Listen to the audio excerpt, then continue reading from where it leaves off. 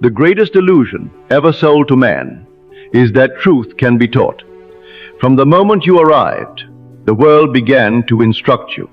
It told you what is possible, what must never be done. It handed you a map and said, "Follow this and you will be safe." And you obeyed, for all men enter this world unknowing what they are. You learned to worship proof, to trust only what could be seen, to call the uncertain foolish. You were praised for remembering the pattern, not for breaking it. The world crowned the imitator and silenced the creator. Thus logic ascended the throne. It promised order, but could only preserve the past.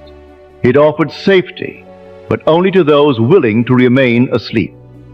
Man laid himself upon the altar of explanation, forgetting that the fire burning upon it was his own.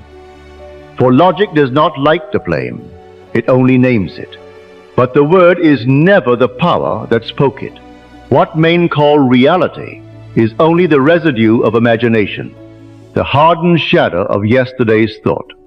They walk to their own museum and mistake memory for life. The world taught you to trust the shadow and ignore the sun.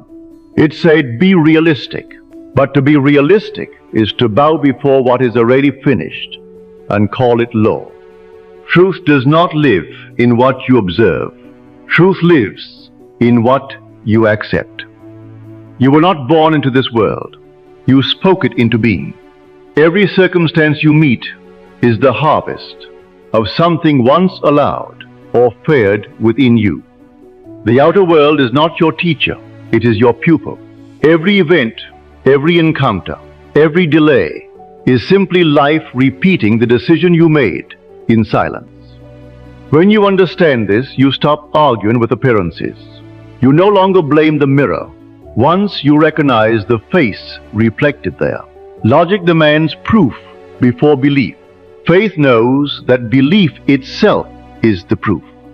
Logic says, "Show me, and I will believe." The law answers, "Believe, and you shall see." The mind craves patterns, for it fears the unknown. It would rather remain certain in chains than free in mystery. But life itself was never built for caution. It was built to expand. The moment you dare to imagine beyond reason, life begins to move. Invisible currents start to gather around your certainty, arranging themselves to reveal what you already claimed as real. The world, though unaware, plays its part to make your unseen vision tangible. I tell you, men call this coincidence, but they are no coincidences, only obedience. The universe cannot resist conviction.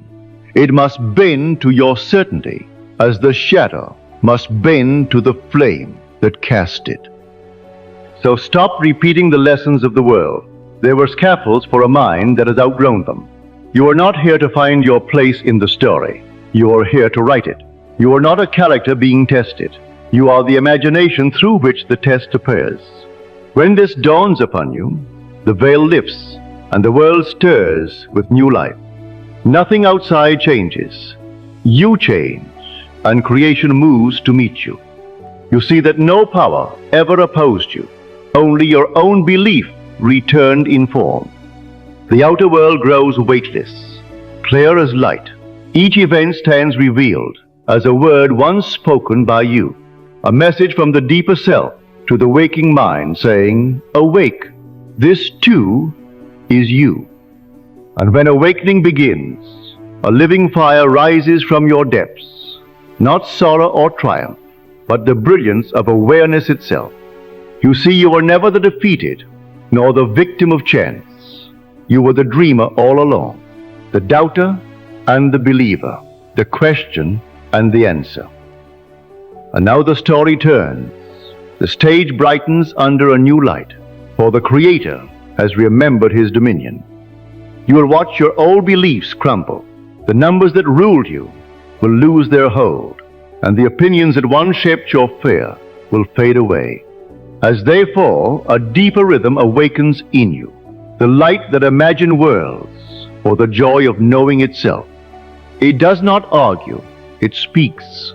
It does not seek, it knows.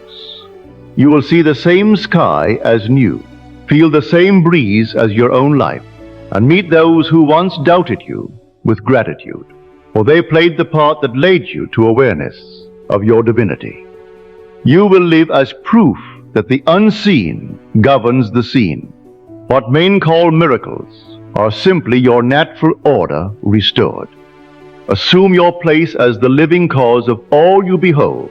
You are the operant power, the living law in motion.